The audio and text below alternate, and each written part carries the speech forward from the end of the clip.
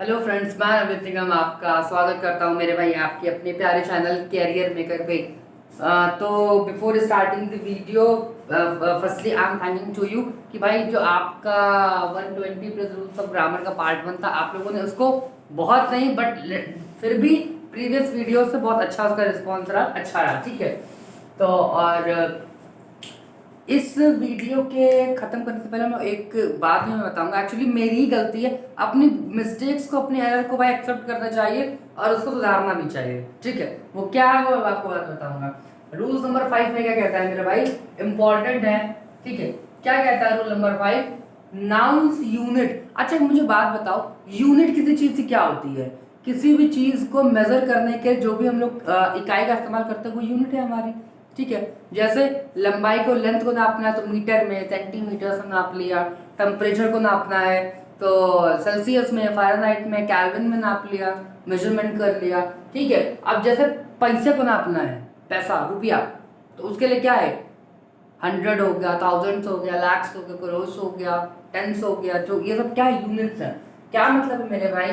Number, unit and noun, and second one is number, unit and adjective. देखो, for recalling your the concept of noun and adjective, who performs the action is it is called noun. क्या मतलब है कि मेरे भाई sentence में जो भी आपके कार्य कर रहा होगा, वर्ब्स यानी जो परफॉर्म कर रहा होगा, वो हमारा डूअर होता है, जो नाउन होता है। And who tell about the quality of noun and pronoun, it is called adjective. और जो भी नाउन और प्रोनाउन की क्वालिटीज को मेरे भाई डिफाइन कर रहा होगा, वो क्या होगा? एडजेक्टिव कहलाएगा।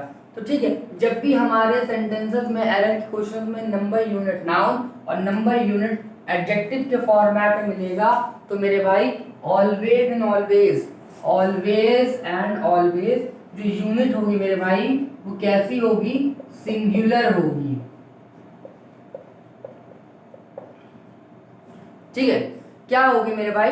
वो जो होगी हमारी यूनिट होगी, वो सिंगुलर होगी। For example 10 inch snake. Sir नीचे दिख रहा है? हाँ सर, थोड़ा सा आ जाएगा। ओके। 10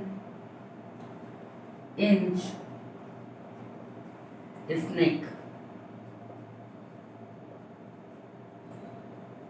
देखो मेरे भाई, 10 क्या है? 10, एक नंबर है। इंच क्या है? किसी की लंबाई को मापने की यूनिट है, यूनिट है। स्नेक क्या है? सांप, नाउन या नाउन है। हो सकता है यहाँ पे कोई एडजेक्टिव होता तो भी चलता।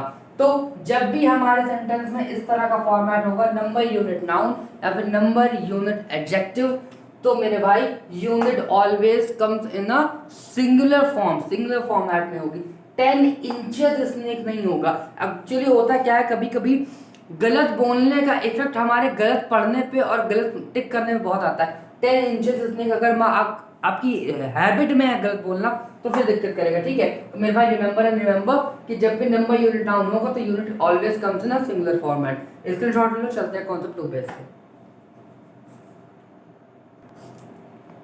ठीक है मेरे भाई। रूल नंबर 5 का कॉन्सेप्ट नंबर 2 क्या कहता है? Number unit. मेरे भाई मैंने 2 वर्ड्स लिखे हैं यहाँ पे, सफिशिएंट मीनिंग और इनसफिशिएंट मीनिंग, ठीक है। इसका क्या मतलब है मेरे भाई? मतलब कोई एक ऐसा यूनिट, जब भी हमारे सेंटेंस में यूनिट का यूज होगा, तो जो यूनिट होगा अगर वो अपना मीनिंग बता पा रहा है, क्या मतलब है कि अगर कोई यूनिट पढ़ के मुझे समझ में आ रहा है कि वो किससे रिलेटेड होता है मेरे भाई, ठीक है। फॉर एग्जांपल में बात, अगर मीटर्स की बात करेंगे तो मीटर जो होता है वो लेंथ के लिए बेसिकली यूज होता है, तो हमें समझ में आएगा ये क्या है? सफिशिएंट यूनिट है मेरे भाई।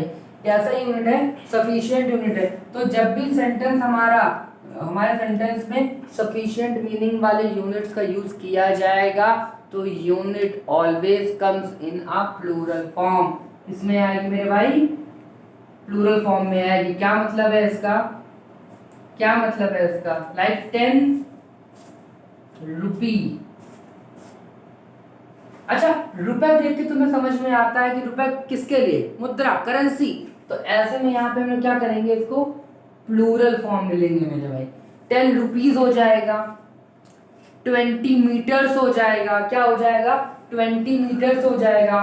फॉर एग्जाम्पल 4 ईयर्स हो जाएगा। ईयर्स जो होता है मेरे भाई वो टाइम के लिए यूज होता है। तो ये सब कैसी यूनिट्स हैं? सफिशिएंट यूनिट्स हैं, अपने मीनिंग को कन्फर्मली क्लियरली डेफिनेट फॉर्म में बता सकती हैं। तो हम लोग इनको प्लूरल फॉर्म में मेरे भाई यूज करेंगे। और इसी का जस्ट अपोजिट इनसफिशिएंट मीनिंग में कि जो यूनिट्स हमें अब क्लियर मीनिंग अपना नहीं बता पाएंगी उनको हम लोग किस फॉर्म में यूज करेंगे मेरे भाई? तो सिंगुलर फॉर्मेट में उसको यूज किया जाएगा, सिंगुलर फॉर्म में हम लोग यूज करेंगे। फॉर एग्जाम्पल जैसे कहा जाए 20 डजन। सर जी मतलब नीचे नहीं जाइएगा। ओके ओके ओके बस हो गया सर। 20 डजन मेरे भाई 20 दर्जन। 20 दर्जन केले भी हो सकते हैं, 20 दर्जन कुछ भी हो सकता है सामान। हम दर्जन में डजन में कुछ भी ले सकते हैं। तो डजन देख मुझे ये तो समझ में आ रहा है कि किसकी बात हो रही मुझे नहीं पता। 20 डजन केले हो सकते हैं, दर्जन में मान लो मैंने नींबू खरीद लिए, संतरे खरीद लिए, मैंने कुछ भी ले लिया दर्जन में, क्योंकि एक डजन इक्वल्स टू 12 होता है क्वांटिटी में। ठीक है, तो आप ये नहीं कह सकते कि हमारे यहाँ केले ही खाली बिकते हैं डजन में, कुछ भी मिल सकता है। तो जो भी यूनिट मेरे भाई सफिशिएंट नहीं होगी, अपना मीनिंग नहीं बता पाएगी, we used in our singular form. और जो क्लियरली सफिशिएंट यूनिट्स होंगी जो अपना मीनिंग बता पा रहे होंगे उसको हम लोग प्लूरल फॉर्म में यूज करेंगे, लाइक 10 रुपीज 4 ईयर्स। ठीक है, स्क्रीनशॉट ले लो मेरे भाई। चलते हैं हम लोग नेक्स्ट पे। भाई मेरे रूल नंबर 5 का कॉन्सेप्ट नंबर 3 क्या कहता है? कॉन्सेप्ट नंबर 3 कहता है कि जो भी इनडेफिनिट या नॉट डेफिनिट वाली यूनिट्स होती हैं, जब एक ही सेंटेंस में कई सारी यूनिट्स दी होंगी, for example thousands of lakhs of people have stranded in Amarnath Yatra, कि मतलब लाखों करोड़ों की जो जनसंख्या थी, हजारों लाखों की जो जनसंख्या थी वो अमरनाथ यात्रा में फंस गई ड्यू टू नेचुरल डिजास्टर। क्या मतलब मेरे भाई कि जब भी एक सेंटेंस में कई यूनिट्स का यूज किया जा रहा होगा तो उस पर 2 रूल लगते हैं कि यूनिट हमारी जो इंडेफिनिट होगी तो जो सारी यूनिट्स की जाएंगी 100 से लाखों करोड़ों लोग, हजारों लाखों लोग फंस गए।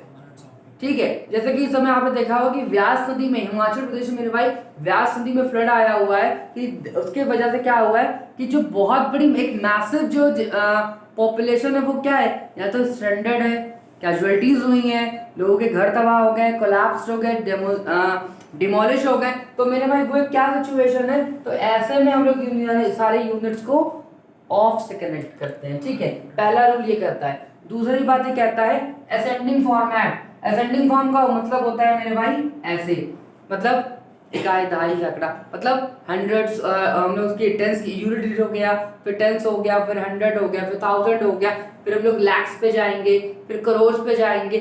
मतलब जो हमारे नंबर्स होंगे वो बढ़ते हुए क्रम में होंगे, बढ़ते हुए ऑर्डर में होंगे। हम लोग हजारों लाखों बोलते हैं, लाखों हजारों नहीं बोलते।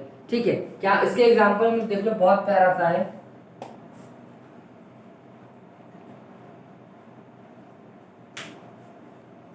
Hundreds of, lakhs of,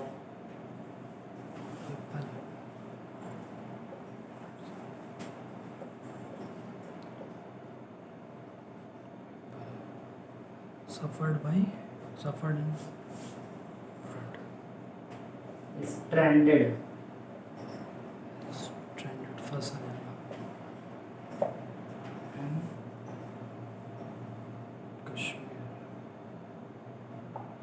ठीक है मेरे भाई, कि लाखों हजारों लाखों लोग जो है वो क्या है, स्ट्रैंडेड है, फंसे हुए हैं। कहाँ? कश्मीर में। किसकी वजह से? नेचुरल डिजास्टर की वजह से।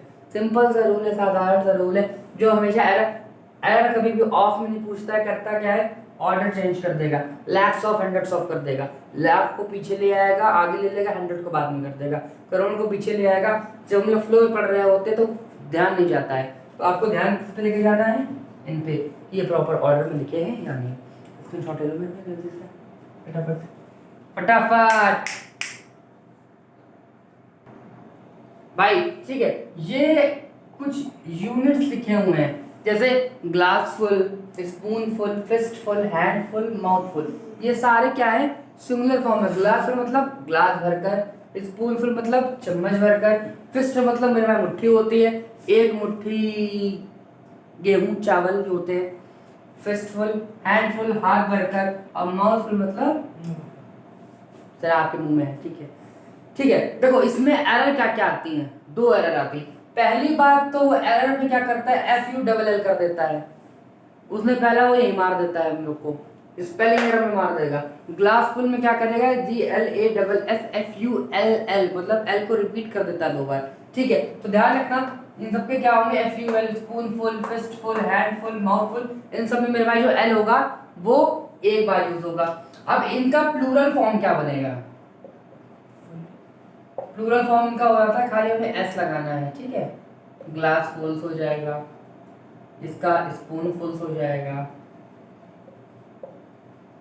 इसका हमारा फिस्ट फुल हो जाएगा मुट्ठी भर के, एंड सो ऑन, हैंडफुल्स, माउथफुल्स। ठीक है मेरे भाई, तो दो क्या है, पहली बात मैं बोली कि आपको एक स्पेलिंग में आप कर सकता है दिक्कत कि ग्लास फुल का ग्लास एफ यू एल होता है, एफ यू डबल एल नहीं होता है, और इनके प्लूरल जो होंगे वो खाली एस लगाकर बनेंगे। इससे एग्जांपल हम लोग लिखते हैं कि इसके बेसिकली एग्जांपल का क्या यूज किया जाता है। आप इसका पहले स्क्रीनशॉट लो, फिर मैं एग्जांपल लिखता हूँ।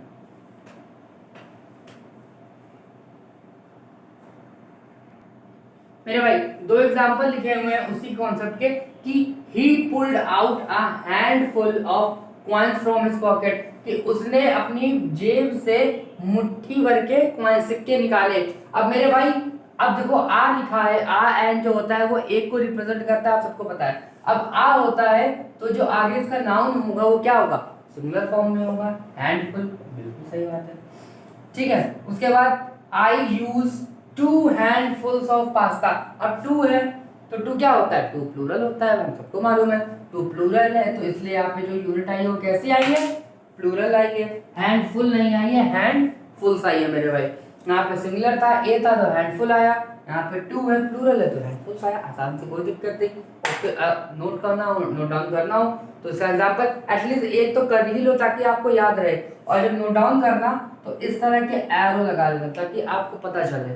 ठीक है, फटाक से कर दो मेरे भाई।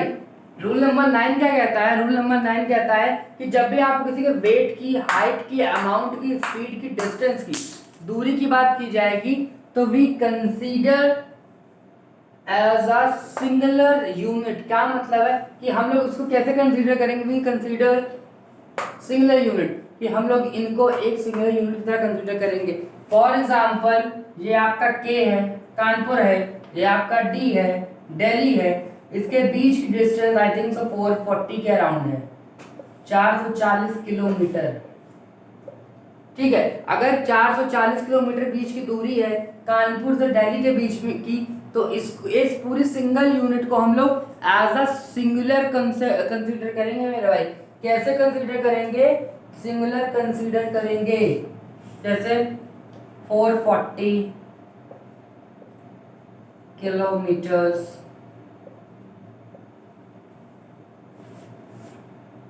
Dash distance between Kanpur to Delhi, Kanpur to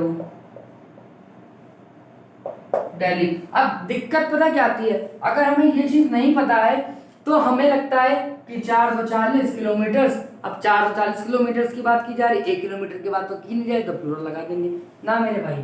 क्या आएगा, इज आएगा। क्यों इज आता है, क्योंकि मेरे भाई ये दूरी पूरी क्या है, consider as a one, single unit consider की जा रही है। अगर मुझे कानपुर से लखनऊ जाना है या मुझे दिल्ली से देहरादून जाना है तो वो जो डिस्टेंस होती है वो हमारे सिंगल कंसीडर की जाती है। हम लोग देखते क्या, गूगल पे चेक किया, अच्छा 250 किलोमीटर है, 250 किलोमीटर है, तो वो हम लोग कैसे कंसीडर की जा रही है, 250 कंसीडर की जा रही है मेरे भाई। कैसे कंसीडर की जा रही है, 250। देखो इसका एक एक्सेप्शन वाला जो केस चलता है वो क्या चलता है, फॉर एग्जांपल कानपुर से आपको दिल्ली जाना है 440 किलोमीटर्स, आपने क्या किया, पहले आप कानपुर से इटावा गए, आपने 170 के अराउंड वहां डिस्टेंस कवर की, फिर आप आगे गाजियाबाद तक चले गए और फिर रेस्ट आपने जो डिस्टेंस थी उसे कवर की। अगर हम लोग किसी सिंगल यूनिट को डिवीजन कर देंगे, डिवाइड कर देंगे मेरे भाई, तब उस केस में ये जो यूनिट होगी क्या हो जाएगी, प्लूरल हो जाएगी। कानपुर से चले सीधा हमारी ट्रेन दिल्ली रुकी तो वो जो डिस्टेंस है consider as a singular distance की तरह हो जाएगी। एक कानपुर से चले, पहले इटावा गए, फिर इटावा से टुंडला होते हुए गाजियाबाद गए, फिर गाजियाबाद से न्यू दिल्ली पहुंचे। तो हम लोगों ने क्या किया, चीजों को ब्रेक करते हुए क्या, डिवाइड करते हुए चले। और जब डिवाइड डिवीजन होता है तो जो वर्ब होगी वो क्या हो जाएगी मेरे भाई, प्लूरल हो जाएगी। इस बात को लिख लो और इस चीज को लिख लो, फिर मैं आपको दोनों के एग्जांपल देता हूं कि दोनों में क्या डिफरेंस है।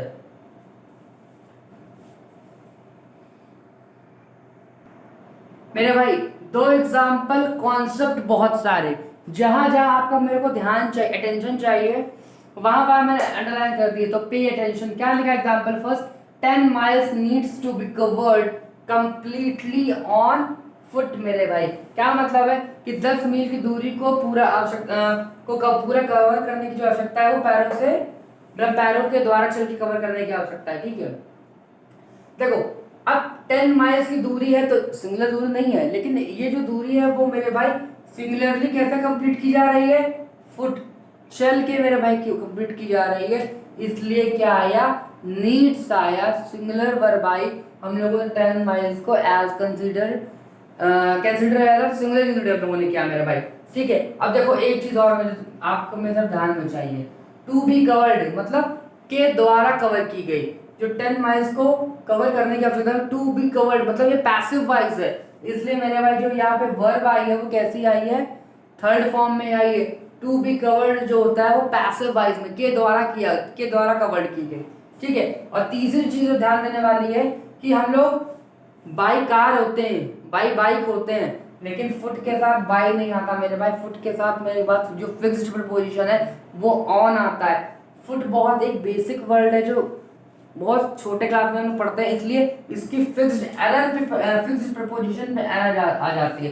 तो फुट के पहले मेरे भाई क्या आएगा, फुट के पहले नाउन आएगा। इसी का जो सेकंड पार्ट था, जो मैंने कहा था कि वर्ब प्लूरल कब होती, कि 10 miles needs to be covered partially by car and rest on foot. देखो ये बात लिखी कि जो 10 मील की दूरी तो उसको पूरा कवर करने के लिए पार्शियली कैसे कवर की गई, वो कार से की गई, एंड रेस्ट ऑन फुट बाकियों को चल के कवर किया गया। अब भाई 10 माइल्स की जो डिस्टेंस है उसको हम लोगों ने ब्रेक कर दिया हुआ है, आधी दूरी हम लोग आधी डिस्टेंस कार से की, फिर रेस्ट ऑन हम लोगों ने किसे बाय फुट की, इसीलिए जो हमारी वर्ब आई वो क्या आई मेरे भाई, प्लूरल आई।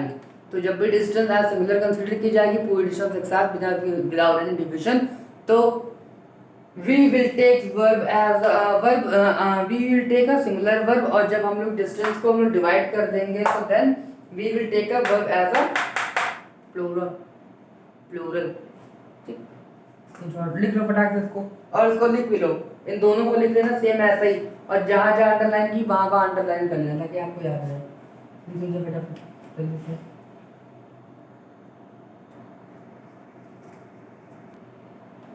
भाई मेरे रूल नंबर 7 क्या कह रहा है कि comparison will be done in similar thing not same thing. क्या मतलब है, देखो दो चॉकलेट्स के नाम लिखते हैं, ठीक है, पहली तो हो गई डेयरी मिल्क,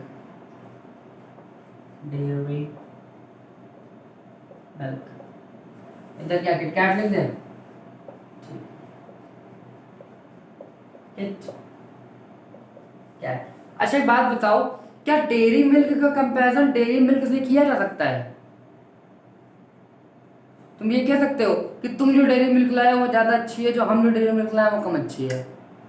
नहीं कह सकते, बिल्कुल नहीं कह सकते भाई। जो तुम्हारी डेयरी मिल्क में टेस्ट आ रहा है वही टेस्ट मेरे में भी आ रहा है, क्वांटिटी सेम, प्राइस सेम, सब कुछ सेम। तो comparison will be done in similar thing. Similar thing मतलब चीजें सेम होंगी, आम का आम से कंपैरिजन होगा, अलग अलग वाले जो उनके स्पीशीज होते हैं इनमें अलग अलग वाले जो होते हैं। चॉकलेट का चॉकलेट में कंपैरिजन किया जाएगा जो अलग अलग ब्रांड्स की होती हैं। अब दूध का कंपैरिजन हम मोटरसाइकिल से तो नहीं कर सकते ना, कि तुम्हारी मोटरसाइकिल से अच्छा हमारा दूध है, नहीं कर सकते। मिल्क का मिल्क, सिमिलर थिंग इसीलिए मैंने लिखा है, जो मैं एम्फसाइज कर रहा हूँ सिमिलर थिंग इसलिए कर रहा हूँ मेरे भाई। ठीक है, तो चॉकलेट का कंपैरिजन चॉकलेट से होगा, सिमिलर थिंग का कंपैरिजन होता है, पहली बात। दूसरी बात, सेम चीजों का कंपैरिजन मेरे भाई क्या नहीं होता, नहीं किया जाता है। एग्जाम्पल मैं दो लिखता हूँ, आप इससे आपको दो बातें बतानी है। इस बात को ध्यान में रखना, क्योंकि बहुत माइन्यूट सी चीज है मेरे भाई, फ्लुएंट बोलने में गलती से निकल जाती है और ये आपका मार्क्स एक क्यों, एक सही जाएगा, निगेटिव की वजह से 0.25 जाएगा, वो अलग, या फिर 0.33 में। जैसे gold is more precious metal,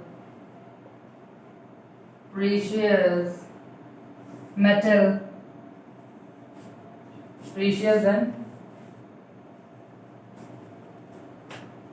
all other metals. अब ये तो सबको पता है कि भाई जो सोना होती है, वो सोना जो है, जो गोल्ड है, वो क्या होती है, एक मेटल होती है, यानी कोई दिक्कत नहीं है, मेटल का मेटल में कंपैरिजन किया जा रहा है, मुझे भाई कोई तकलीफ नहीं है, मुझे कोई दिक्कत नहीं है, ठीक है, कोई दिक्कत तो नहीं है। एनी अदर मेटल्स,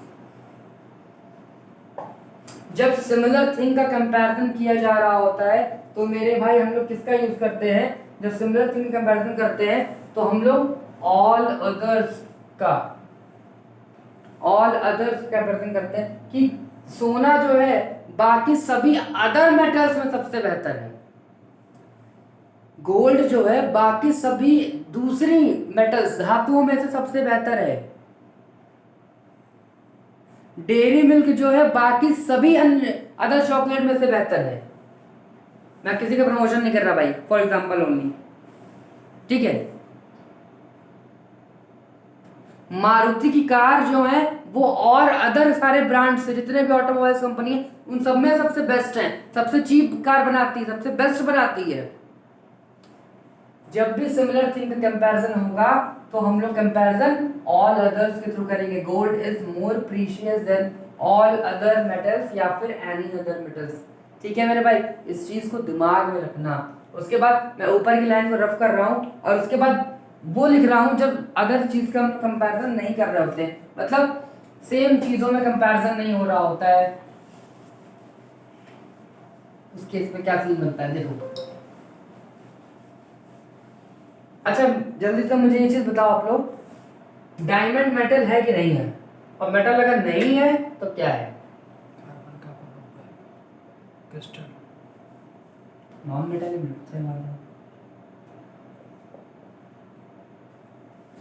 कार्बन का पर क्रिस्टलाइज फॉर्म है carbon. Diamond is more precious then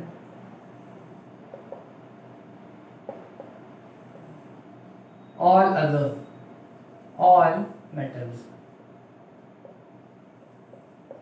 ठीक है। अब ये सेंटेंस लिखा हो मेरे भाई, क्या लिखा है कि diamond is more precious than all metals. अब ये हम सबको पता है कि डायमंड हमारी क्या है, मेटल नहीं होती है, और कंपैरिजन किया जा रहा है सभी मेटल से। अब एक सिमिलर चीज का दूसरे डिसिमिलर थिंग से कंपैरिजन हो रहा है तो हम लोग ऑल अदर का यूज वैसे भी नहीं कर सकते कि हीरा जो है वो सभी अन्य धातुओं से बेहतर है, सभी धातुओं से बेहतर है, अन्य का कोई सीन ही नहीं है, ऑल अदर से कोई नीड ही नहीं है। ऑल अदर्स की नीड हम लोग ऑल अदर का हम लोग यूज कब करेंगे, जब सिमिलर थिंग का कंपैरिजन किया जा रहा होगा कि सोना जो है वो बाकी सभी अदर मेटल से कैसा है, प्रीशियस है। हमने इसकी बात की कि diamond is more precious than all any metal, सभी धातुओं, ऑल मेटल्स एनी मेटल, सभी धातुओं में सबसे बेस्ट है मेरे भाई, क्या है, सबसे बेस्ट है। जैसे कालिदास जो है, अब कालिदास का कंपैरिजन, जो हमारे पोएट है कालिदास, उन्होंने शाकुंतलम लिखी हुई है, रघुवंशम लिखी हुई है, अगर उसका कंपैरिजन हम लोग विलियम शेक्सपियर से करें तो कंपैरिजन गलत है मेरे भाई, क्योंकि वो हिंदी के पोएट है, वो इंग्लिश के, विलियम शेक्सपियर इंग्लिश के पोएट है, रॉबर्ट डगलस इंग्लिश के हैं। अब उनका कंपैरिजन सूर्यकांत त्रिपाठी निराश नहीं कर सकते, वो अपने लाइन में बेस्ट है, वो अपने लाइन में बेस्ट है। एक आर्मी पर्सोनल की कंपैरिजन आप एक किसी अदर बैंकिंग फैक्ट्री में या किसी अदर डिपार्टमेंट में काम करने वाले से आप नहीं कर सकते, दोनों अपने लाइन में अपने अपने में बेस्ट है। तो जब नॉन डिसिमिलर थिंग का कंपैरिजन होगा तो हम लोग ऑल अदर का यूज मेरे भाई नहीं करेंगे, ठीक है। आप इसको नोट कर लो, इस चीज को प्लीज नोट कर लेना, क्योंकि एरर में पक्का पूछा जाएगा।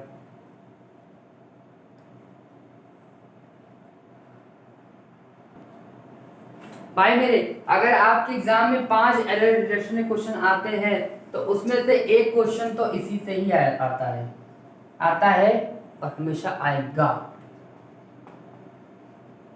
कंडीशनल सेंटेंसेस मेरे भाई क्या होते हैं कि जिसमें हमारे एक सेंटेंस जो दूसरा सेंटेंस होता है, मेन सेंटेंस होता है, वो पहले वाले कंडीशन पे डिपेंड कर रहा होता है। फॉर एग्जांपल, अगर तुम आज आते मैं तुम्हें पढ़ा दूंगा। हम लोग हिंदी में गलत बोलते हैं। अगर आज तुम मेरे घर आओगे तो मैं तुम्हें मैगी खिलाऊंगा। अगर आज तुम मेरे घर आओगे तो मैं तुम्हें पास्ता बना के खिलाऊंगा। अगर तुम मेरा काम कर दोगे तो मैं तुम्हें पैसे दूंगा। गलत। कंडीशन मेरे भाई केवल 2 सेंटेंस में हो सकती है, 2 टेंस में हो सकती है। या तो प्रेजेंट में कंडीशन होगी या तो पास्ट में कंडीशन होगी। फ्यूचर में कभी भी कंडीशंस नहीं हम लोग रखते। जो चीज़ खुद ही मेरे भाई डेफिनेट नहीं है, जो चीज़ खुद श्योर नहीं है, आप उस चीज़ को ले कंडीशन कैसे बना सकते हो? पहली एरर क्वेश्चन होता है जब सेंटेंस में लिखा होता है इफ आई विल कम या फिर you will come, if you will come, बस इतने में ही पकड़ लेना है तुमको एरर, आगे सेंटेंस ही नहीं पढ़ना है। कंडीशन है, फ्यूचर में नहीं हो सकती, काम खत्म, वही मार देना इसको, वही इस चीज से मैं जीत जाना है। ठीक है, तो कंडीशनल सेंटेंसेस जो होते हैं मेरे भाई वो हमारे बेसिकली 3 टाइप के होते हैं। टाइप 1 क्या कहता है? Simple present.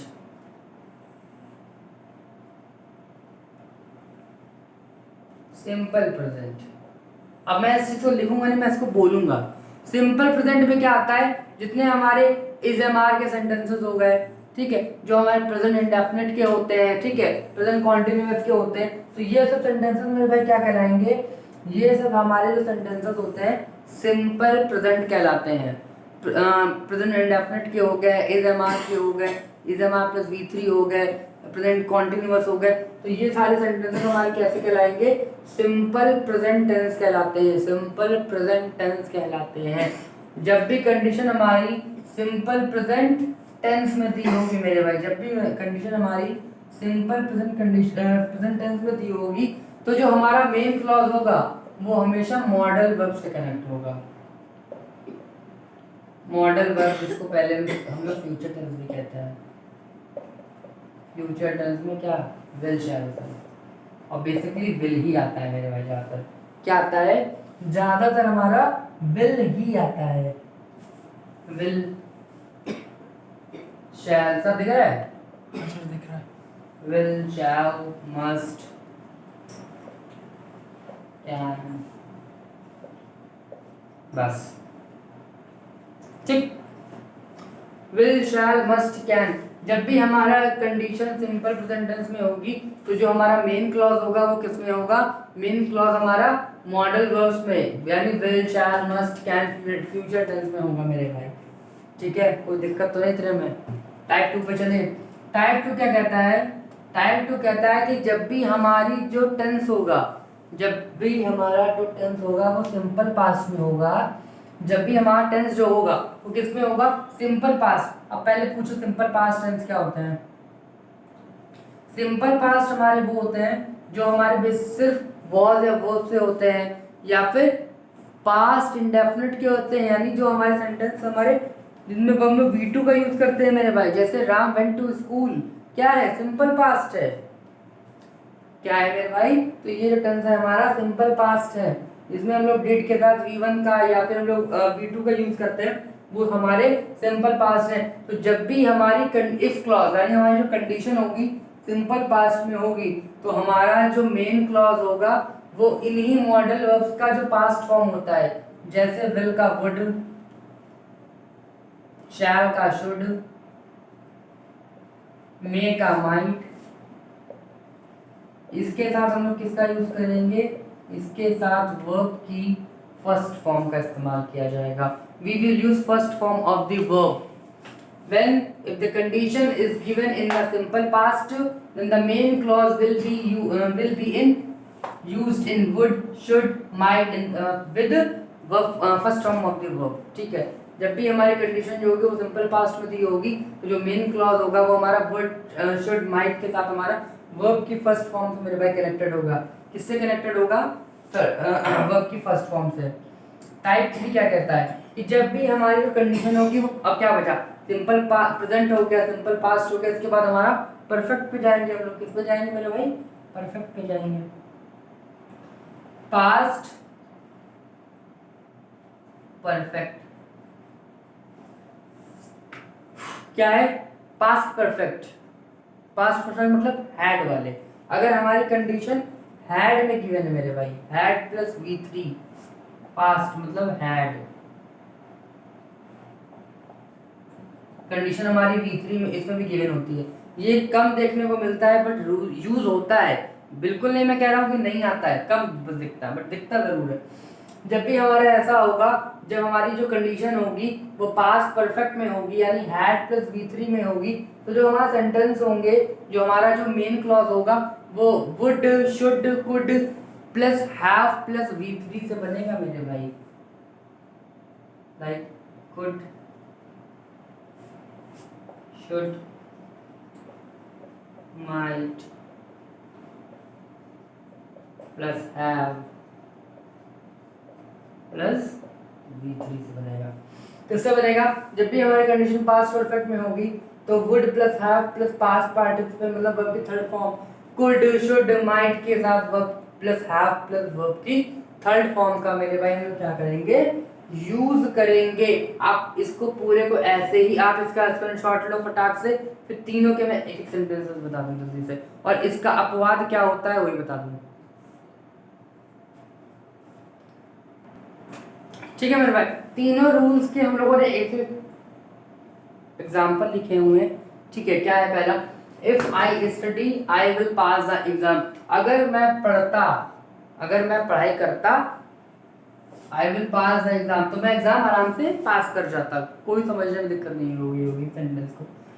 Question number second में क्या है, सॉरी एग्जांपल नंबर सेकंड में क्या है? जब हमारी कंडीशन स्टडीड सिंपल पास्ट में दी है मेरे भाई, किस में दी? कि अगर मैंने पढ़ाई किया होता, अगर मैं पढ़ाई कर लिया होता सिंपल पास्ट में, I would pass the exam, तो मैं एग्जाम पास हो जाता। अगर मैंने पढ़ाई कर लिया होता तो एग्जाम पास हो जाते हैं।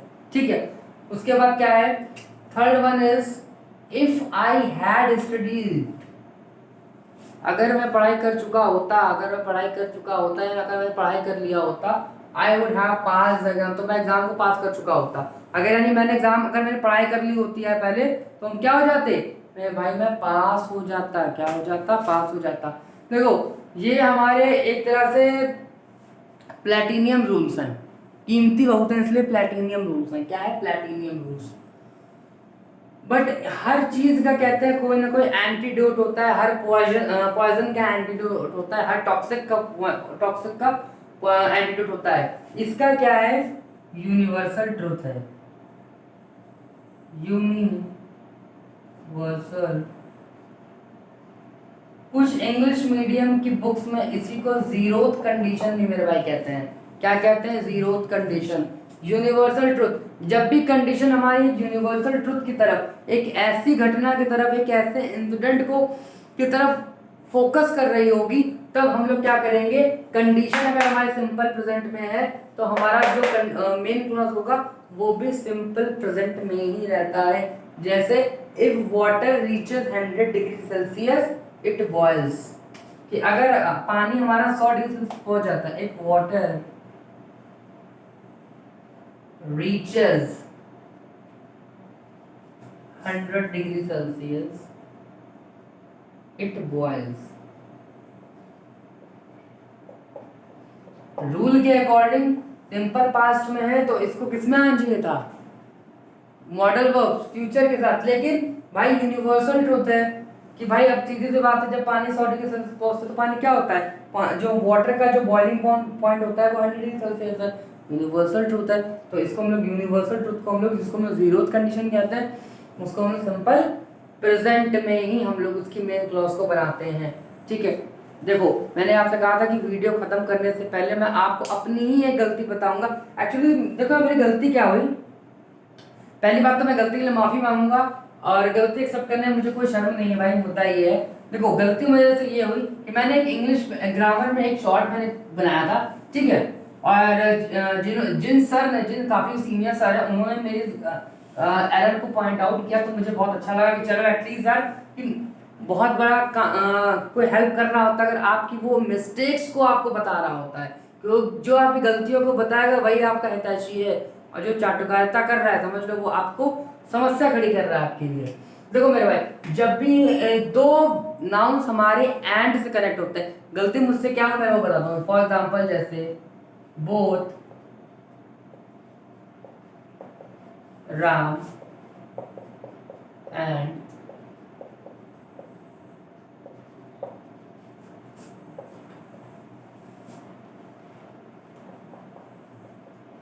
गोइंग,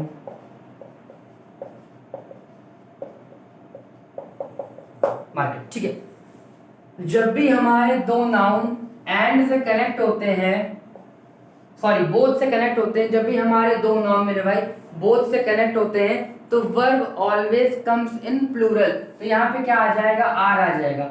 मेरे से ये गलती हुई कि मैंने बोल दिया, मतलब मेरे मुंह से निकला कि जो वर्ब होगी वो क्या आएगी, सिंगुलर आएगी।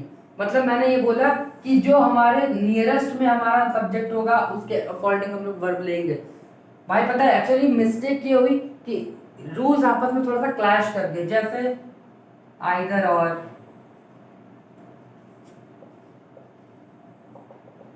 नाइदर नॉर,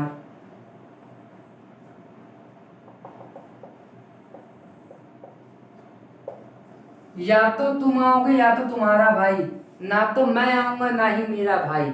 आइदर और, नाइदर और, एज वेल एज, जब ऐसे हमारे भाई वो लिखे होते हैं, सॉरी नाइदर नॉर आइदर और, जब भी हमारे जो नाउन्स होते हैं आइदर और नाइदर नॉर से कनेक्ट होंगे तब हमारी जो वर्ब आएगी वो इनके नियरेस्ट में भाई जो सब्जेक्ट लिखा होगा, जो नियरेस्ट में सब्जेक्ट वर्ब के पास लिखा होगा उसके अकॉर्डिंग आती है। मिस्टेक जो हुई वो ये हुई कि इधर का थोड़ा उधर शिफ्ट हो गया, ठीक है। बट चलो जिन सर ने बताया उनको बहुत बहुत शुक्रिया सर। सर आप भी उनके पर्सनल धन्यवाद कहिएगा, क्योंकि मैं फिर कहूंगा आपकी गलती बताने वाला आपका हितैषी होता है, और जो आपकी गलतियों को आपको उजागर नहीं कर रहा है वो आपका अच्छा तो नहीं चाहता है मेरे भाई, ठीक है। तो इस चीज को ध्यान रखना, और 120 रूल्स हम लोग ऐसे कम चलाते रहेंगे, बढ़िया रहेगी सीरीज, वो कैप भी अल्टरनेट में चलती रहेगी तब तक के लिए। अगर भाई ठीक है, तो अगर चैनल पर अगर पहली बार आया तो चैनल को लाइक सबको सब्सक्राइब करो, वीडियो को लाइक करो, कमेंट करो, शेयर करो, और अपना पैर बनाए रखो। तब तक के लिए धन्यवाद। जय श्री राम, जय हिंद।